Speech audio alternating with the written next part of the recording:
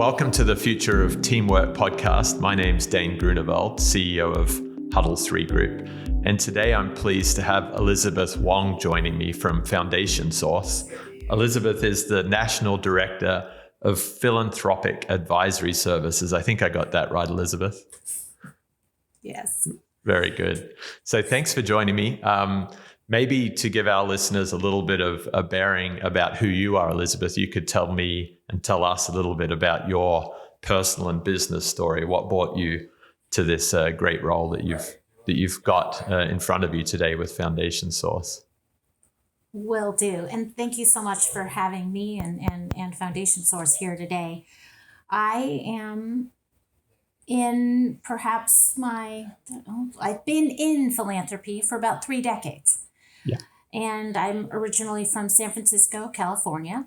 Ended up going to school on the East Coast and living in Tokyo and working there for a few years, and then returning to the East Coast for graduate school. And I found myself with an opportunity to work at the Council on Foundations in Washington, D.C. as my first role outside of graduate school. And that was the beginning of a 30-year career in supporting, working in and partnering in philanthropy and partnering with philanthropists. Yes. And interestingly, in the world of organized philanthropy and staffed institutions, the large foundations that you've heard of, partnering with the founder and the original contributor to a foundation is a little bit unusual. And so I developed a practice, if you will, of working with live donors. Okay. That's very cool. So tell me a little bit more. You say the large foundations, so like the big ones that we all see in the news, like the Bill and Melinda Gates Foundation, things like that. So they're staffed organizations. They tend to be more single donor or? Well, some of the traditional foundations in this country, Kellogg, Ford, MacArthur, Rockefeller, yeah, those donors are no longer alive. And so you're working with professional grant makers and a leadership team that is most likely not a member of the family. Yes. And so that has a very different look and feel than a small family-led foundation, and even than Bill and Melinda Gates Foundation. Got it. Yeah, I wasn't even thinking back to Kellogg and Ford and Rockefeller, but that absolutely makes sense to me now. Mm-hmm. That's really interesting. So you developed this approach of working with the live donors. Can you tell us a little bit more about the approach? What is it that you do that drives, different outcomes? I think initially, when an individual or a family first creates a private foundation, it really, by definition, is an extension of the charitable giving that they've undoubtedly been involved with, sometimes for years and decades. And one of the signatures is that philanthropy is truly and deeply personal. Mm-hmm.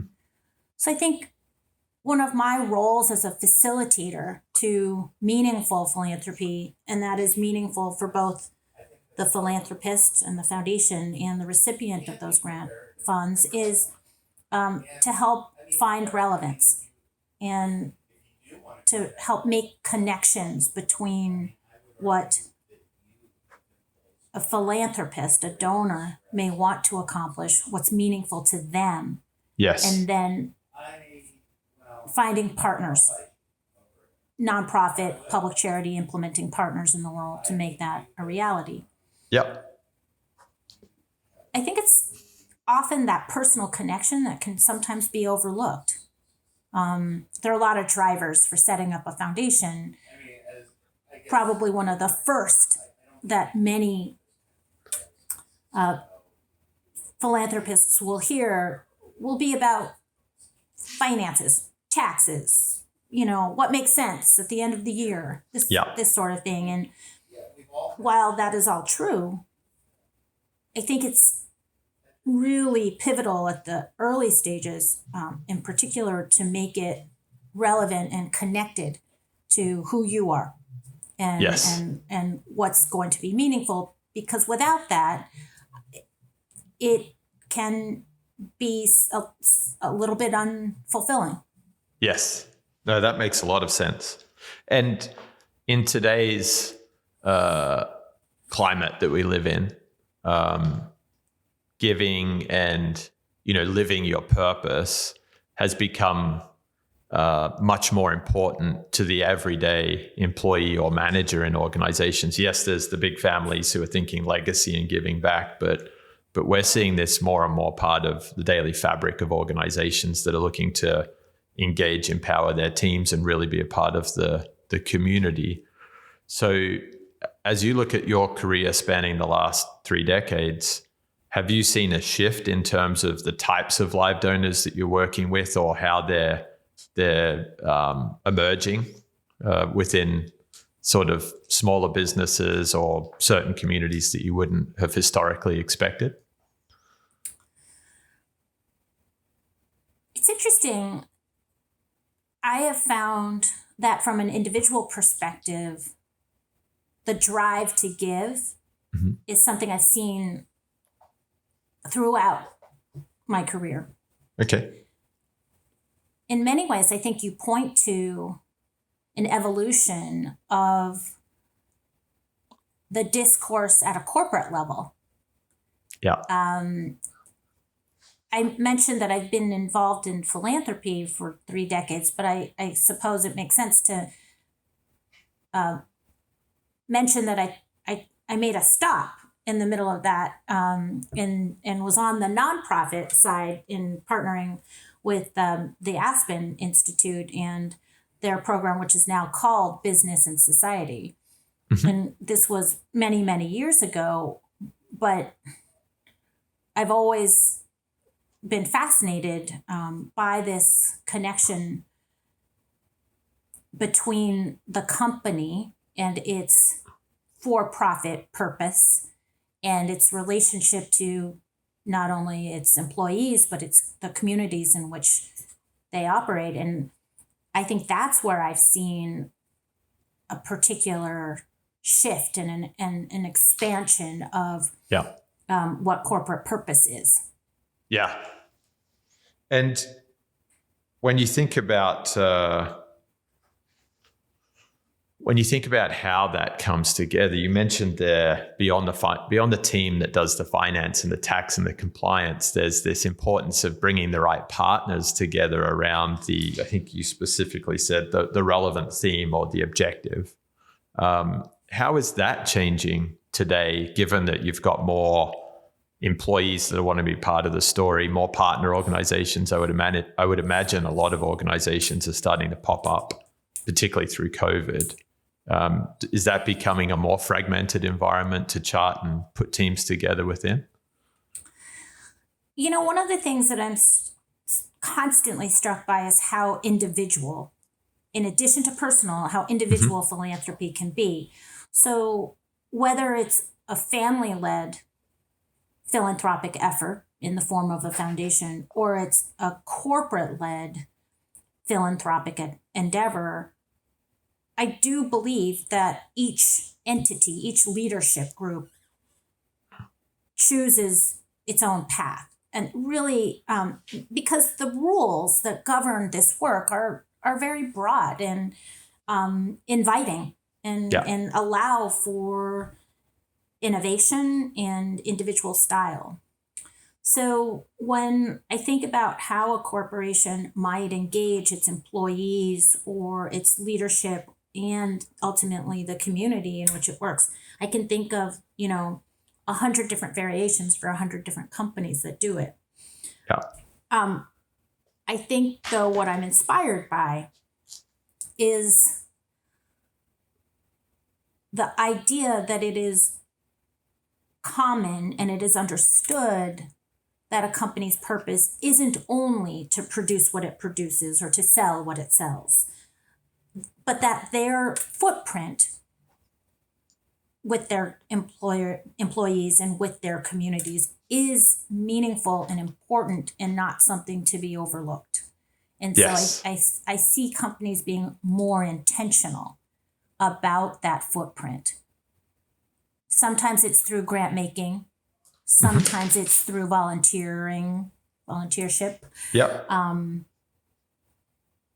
And generally through exercising a leadership voice on issues that may be of relevance to their company, but clearly are also relevant to the communities in which they work. So environmental footprint could be a somewhat obvious one. Yes. I think it's certainly become part of business to think about that footprint, but I also see companies are engaging community partners in that discussion. Yes. So it's not just about reporting. Yeah. The environmental footprint's a huge one. And some of our businesses are very heavy in the oil and gas energy market. So there's a big level of focus there. Another one that I'm starting to see more evidence of is development of our youth from a wellness standpoint, from a job creation, career path standpoint. But we're all seeing, particularly as we become more environmentally aware and change the industries of the future, that our youth today are going to be entering a very different community, not just a workplace, but a very different community. And are you starting to see perhaps more or less focus on projects and initiatives, grants, volunteering that are targeted at our youth today than perhaps in earlier decades? Is there any sort of pattern emerging? One of the things I think is fascinating is, well, again, I don't want to spend all of our time talking only about corporate philanthropy, but I think that companies are increasingly recognizing that who they are in the community matters to their future employees. Yes. And not only that, but that a company can and possibly should play a role in educating the candidate pool. Their future employees and participating perhaps earlier in the pipeline of great team members. And so I see many companies thinking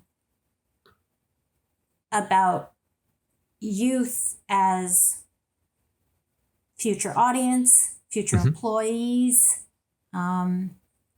future consumers, all of the above in a really positive way. In seeing what role the corporation can play in helping to develop youth and to add greater opportunities to their communities.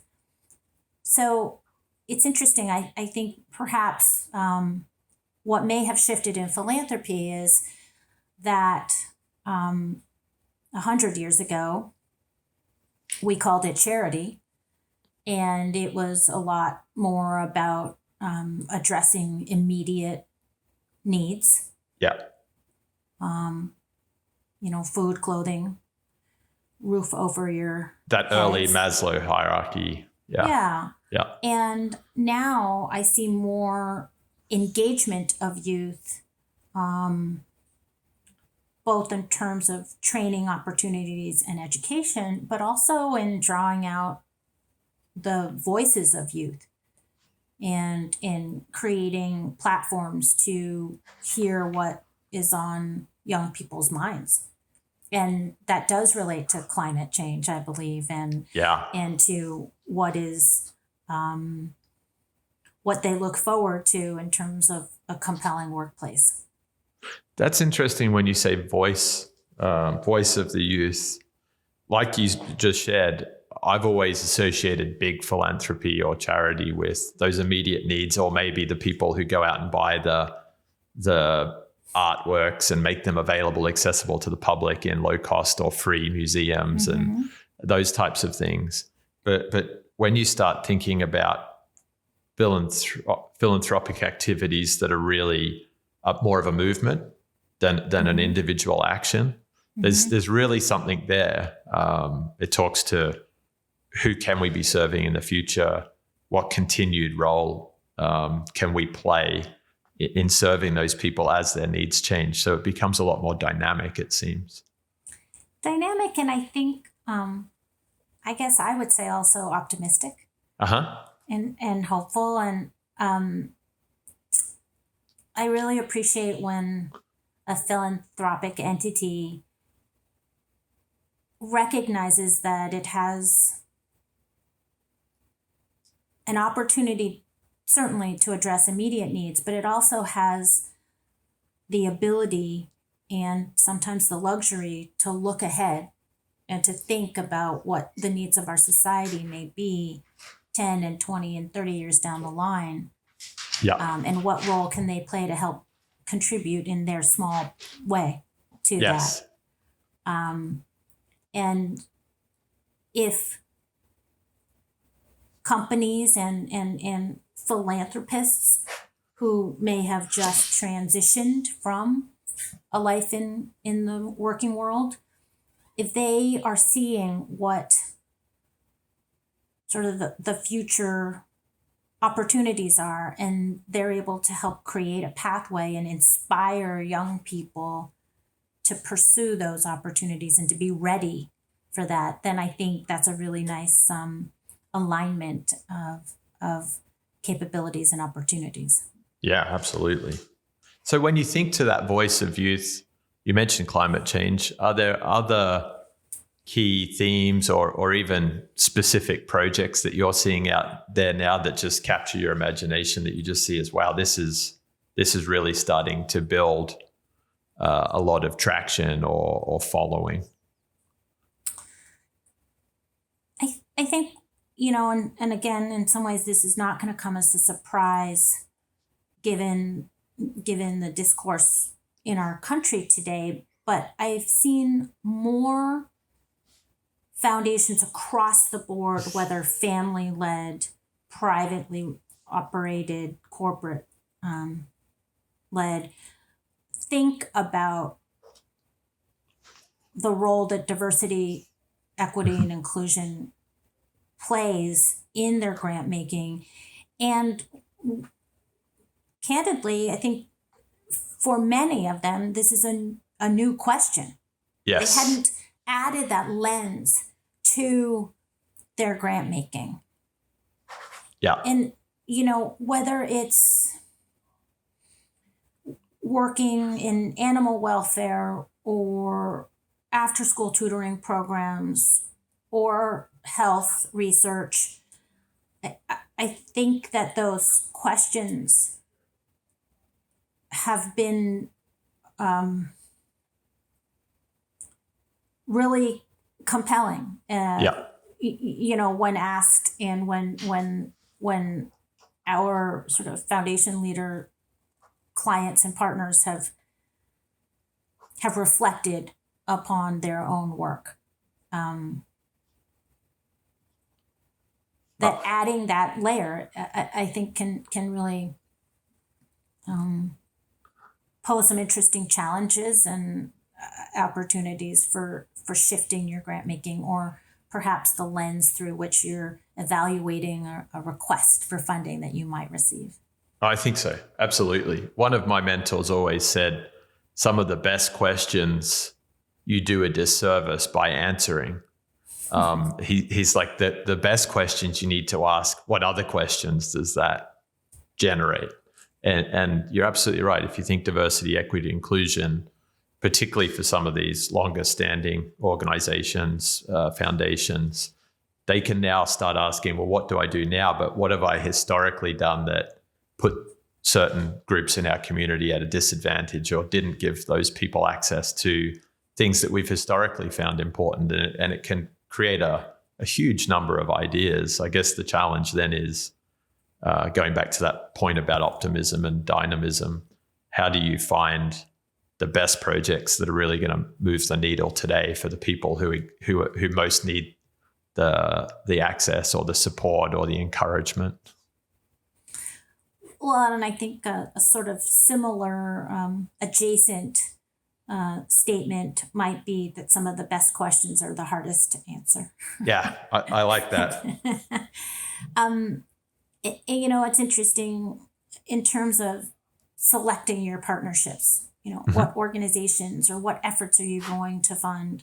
I go back to the question of relevance and meaning for a foundation's board, a foundation's leadership group, the family, the company. And I recognize that there is some controversy in that. Should it be driven by the foundation's leadership?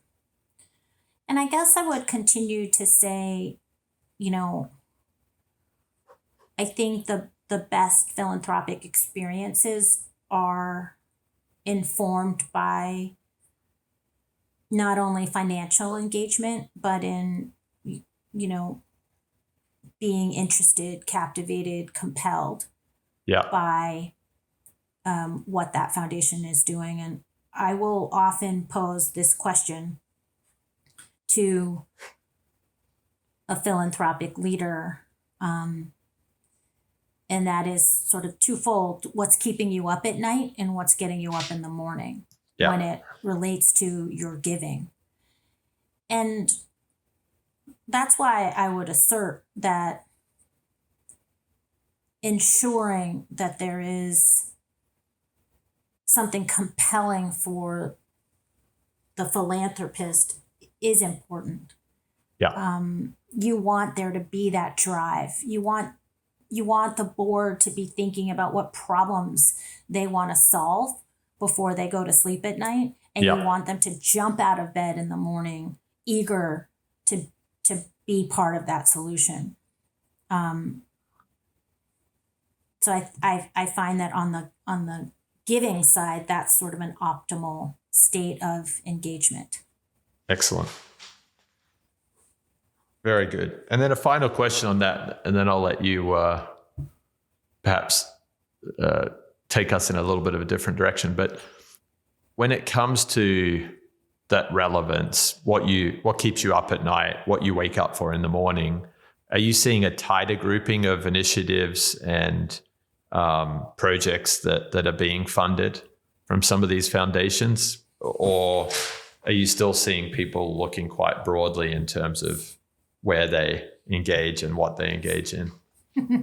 Well, I'm laughing because if I've done my job well, then I hope that foundation leaders will scale the type of work they do to the funds they have and their interests and expertise. So another approach that I like to deploy or use to help someone think this through is, where do you want to be relative to the conversation with your implementing partner?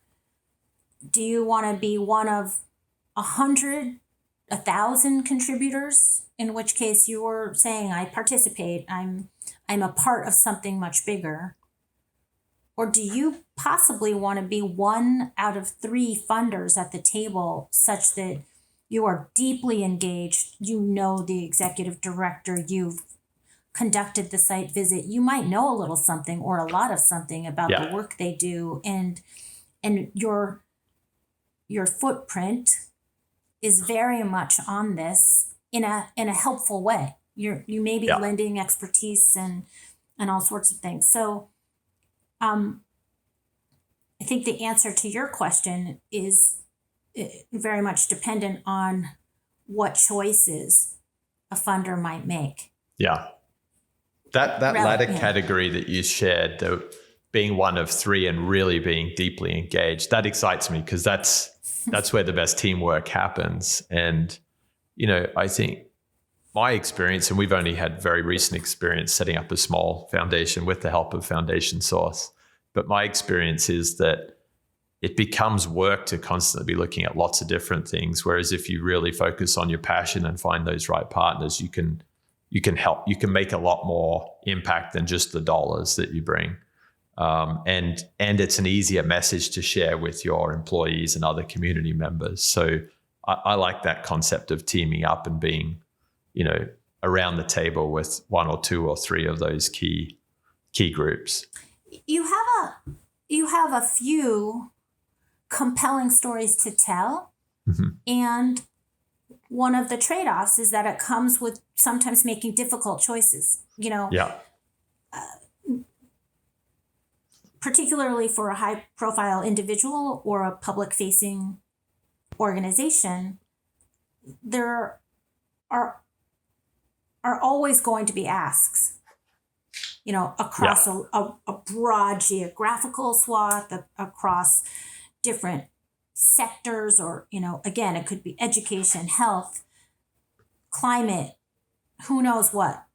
Yeah. And while difficult to say no and to narrow down that range of what you try to do, the payoff at the end is that you're going to know more. You're going to probably be able to make more of a difference in that narrower field. Yeah. I like that a lot. So I've asked you a lot of questions which tend to encompass the larger end of corporate giving, corporate philanthropy. And I sensed you touched on there. We don't want to just talk about that. So perhaps you can tell me about some other themes that you're seeing in philanthropy that are exciting you. Maybe it's more at the individual level or at the partner level. I'd love to know what you're seeing emerge in the teams that help execute and deploy philanthropic, activities. Well, I think one of the things that isn't talked about a lot in family-led philanthropy is the incredible amount of collaboration that is required within Mm-hmm. and among a board. And that's one of the areas that we at Foundation Source spend a lot of time and attention and energy working on with our clients. And that is, how do you form a leadership team that can have independent thoughts, but ultimately move in the same direction. And it probably boils down to the same thing around trade-offs. Yeah. Can we do everything? Probably not. Can we agree on sort of the mix of involvement that we may want to have? That would be the goal. But so much of it is really trying to draw out the individual voices and then somehow, form a single voice for the foundation. Neat. And we're not at that stage with our own foundation. So both for my benefit and the listeners' benefit, how do you help, first-time foundations in starting that effort to bring a board together and have those conversations, meetings, hear those individual voices? Well, one of my favorite things is to take the pressure off. Uh-huh. And in the first year, even in the second year, to say, you do not have to have your very neat and tidy elevator speech describing what you do. Yes. One of the first questions new sort of foundation leaders come to me and say is, I need to write a mission statement. And I often say, do you? Uh-huh. Because I think that there's a tremendous value in learning by doing. Yes. And in this case, it's learning by grant making. Yeah. And figuring out where your foundation fits. Learning who some of the really compelling nonprofit leaders are. What can you learn from them? how can you support them and understand the challenges that are being faced in really making social change? Yeah. And so I think there's tremendous value at the early stages to being flexible and sort of nimble with your grant making, with, dollars out the door, but also really being a student Yeah. and not thinking that you have to have all the answers before you write your first grant check. Yes. And so then when you bring that back to the board table, I think a lot of it is taking that time to focus on learning and to say, we made this grant. What do we think now? Do we like how this organization is engaging the community? What are we looking for in terms of all of these things we've talked about, whether it's diversity, equity, inclusion, or whether it's urban versus rural? Are we looking for low-hanging fruit? Are we looking for a really, really tough challenge? Do we kind of want to be middle of the pack, or do we want to take much greater risks and know that we may face failure sometimes? I think having that board, that leadership group, ask itself a series of existential questions can really help create an identity for the organization. I love that constant about being a student and learning. And I think that applies in business as well as in giving, as well as in, families. We had one of our guests the other day saying families are really teams too. But the learning's really important with all the change that we're dealing with. We were actually last week fortunate enough to be in rural Italy, way out, off the beaten path, not in a tourist destination, with one of our business partners. And we were there to determine what projects we want to support that help the youth have more vibrant, economic outcomes. And in parts of rural Italy now, you've got these towns where there are no jobs, so the youth are leaving and they're going to Rome and other big cities.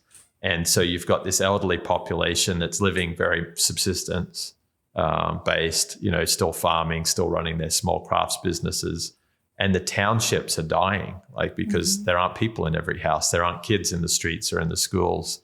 And it was fascinating because what we went there to achieve wasn't what we came away from. We came away with this feeling of, wow, here's a problem we'd like to solve, creating more opportunity for our youth. But are we really going to make an impact in this small rural setting? And where could we be making more of an impact?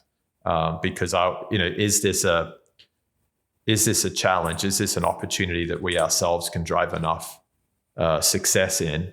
Or could we perhaps be a little bit more attached to something that's nearer to our expertise and of a scale that we can move the needle on? And it was just, we didn't come away with explicit answers, but we came away with more questions.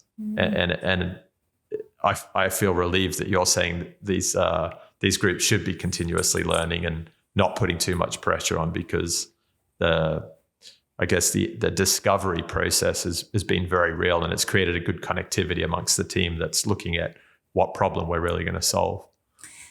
You've also raised, I think, a really important point, and that is sort of in a bigger picture, what role can philanthropy play? Mm-hmm. And I've always really been just intrigued and compelled by the notion that philanthropic dollars are not necessarily the final solution. They're not the last dollars in. I think it's more the other way around, where they can play such an incredible role as the first dollars in. Oh, I like that. And this may be less around cultural preservation, so supporting the symphony, the arts, museums, but perhaps more around some of the social intractable challenges that you're describing. is there something that a foundation might be able to do to stimulate thinking, new approaches to a societal challenge that ultimately others will participate in and start to take up, and could these solutions become more institutionalized? Yeah. And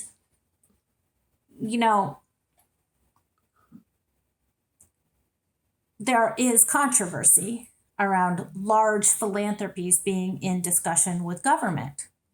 Yes. And I am showing my cards here that I understand that large philanthropies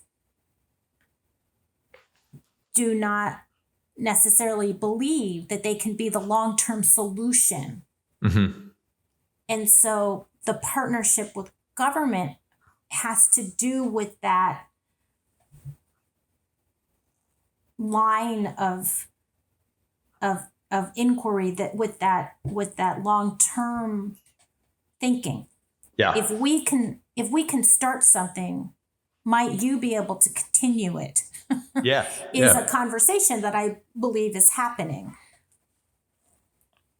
The framing is really good, because a lot of people naturally, they're looking for skeletons in the closet here. They're like, well, how does this organization influence government for their own benefit? But the way that you just framed that, how might you continue this good work that we're hoping to start?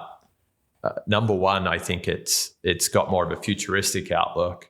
And number two, it's not a controlling position. It's like, we want to start this, but where could you take it? And that's really important. Well, and I think what's interesting about this frame is that it can happen at so many levels. And I like to talk about the zeros, that you don't have to have the dozens of zeros after your number in order to have this type of conversation. One of the things that I love about philanthropy is, again, sometimes there's this freedom to look around and sort of see what's wrong and can we fix it. And you can be a small entity and figure out that there might be a small hitch somewhere that's preventing something from progressing. Perhaps it's the absence of information about public transportation that is holding people back from getting to school. Yes. Perhaps it is the absence of a technology tool that is stopping a student from advancing. Yep. Or maybe it's that people haven't thought about what non-traditional software engineers can add to the discussion around app development. Yeah, absolutely. And again, then we're back to voice, which I like.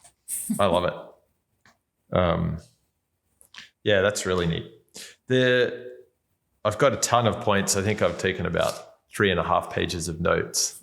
A ton of points to summarize on. But before we start to sort of wrap up on what I thought were some of the great sound bites of this conversation, Elizabeth, are there any sort of key hopes that you have for the future, talking about some of these points, things where you hope to see philanthropy more commonly embraced, more part of the dialogue for teams, at every level of the economy or organization? One of the things that I found in doing this over a 3-decade period is that there have been, and there are in some cases, intrinsic power imbalances between a funding entity and a fund-seeking entity. And I think that while that may be part of the conversation, I've always been encouraged when the two parties involved see it as a partnership. Yeah. And I think that dialogue is being broken wide open, and there's more and more there are more and more examples of collaboration, partnership, learning. Yes. And it's not just about the check. Yeah. And who has the power to write the check. I like to think that both people involved, both entities involved in that conversation, each have some power, Yeah. some knowledge, and sort of something to offer in the exchange. And so that's sort of where I really like to focus my energies. No, I like that. And again, it ties into teamwork, it's not parent-child, it's adult. Let's see where we're both coming from and what we can do to help each other. Yeah. Yeah. I Very like much that. So. Where you've got a foundation, just a continuation on that theme, where you've got a foundation like ours, the Team Up Foundation, which is attached to, an organization with 1,000 employees.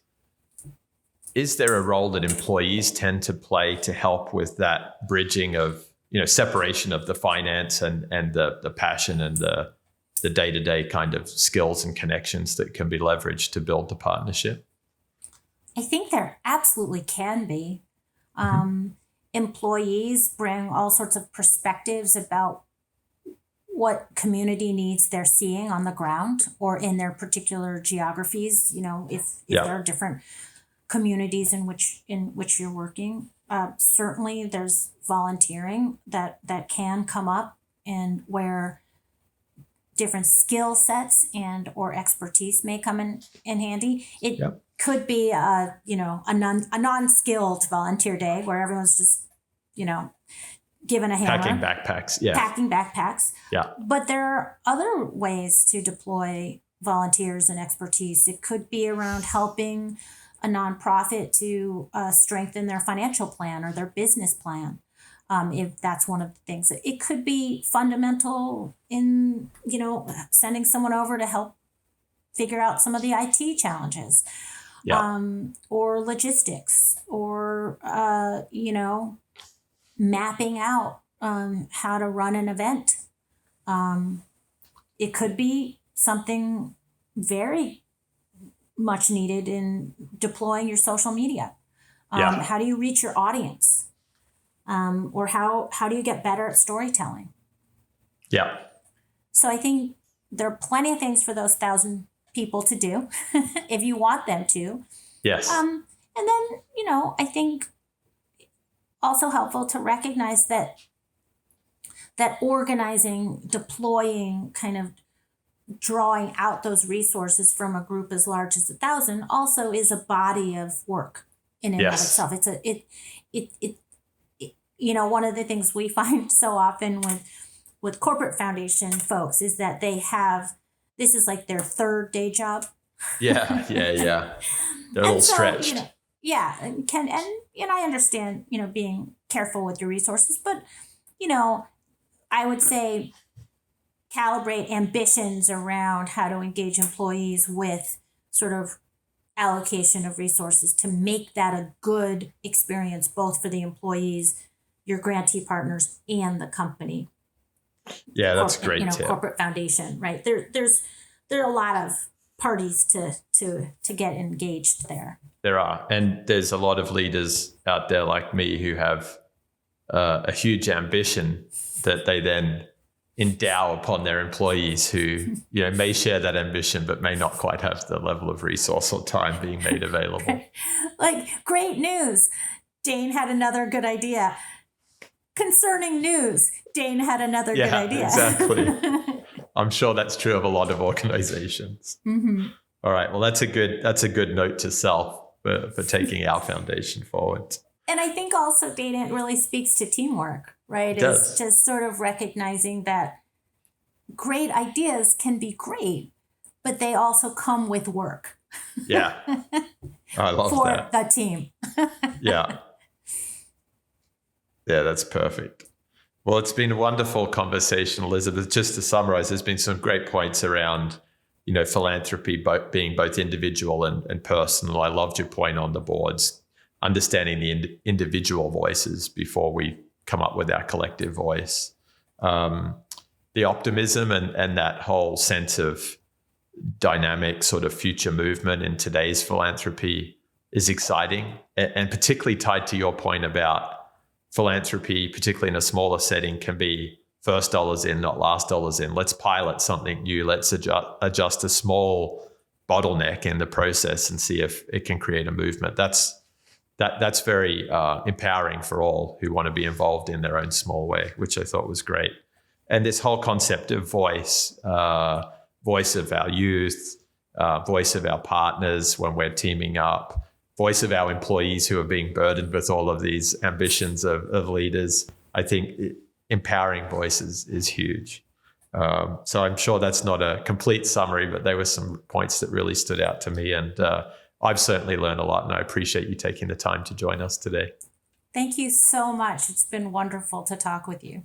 You bet. And how can anyone looking to start a foundation or optimize a foundation find you, Elizabeth, or Foundation Source? Oh, well, thank you for asking. Foundationsource.com is our website, and you can always reach out there and find any of us to talk about what you want to accomplish with your philanthropy, and we'd be delighted to help. Excellent. I think it's a good investment of time, and I think you guys are great partners, so thank you for all you do for us. Thank you.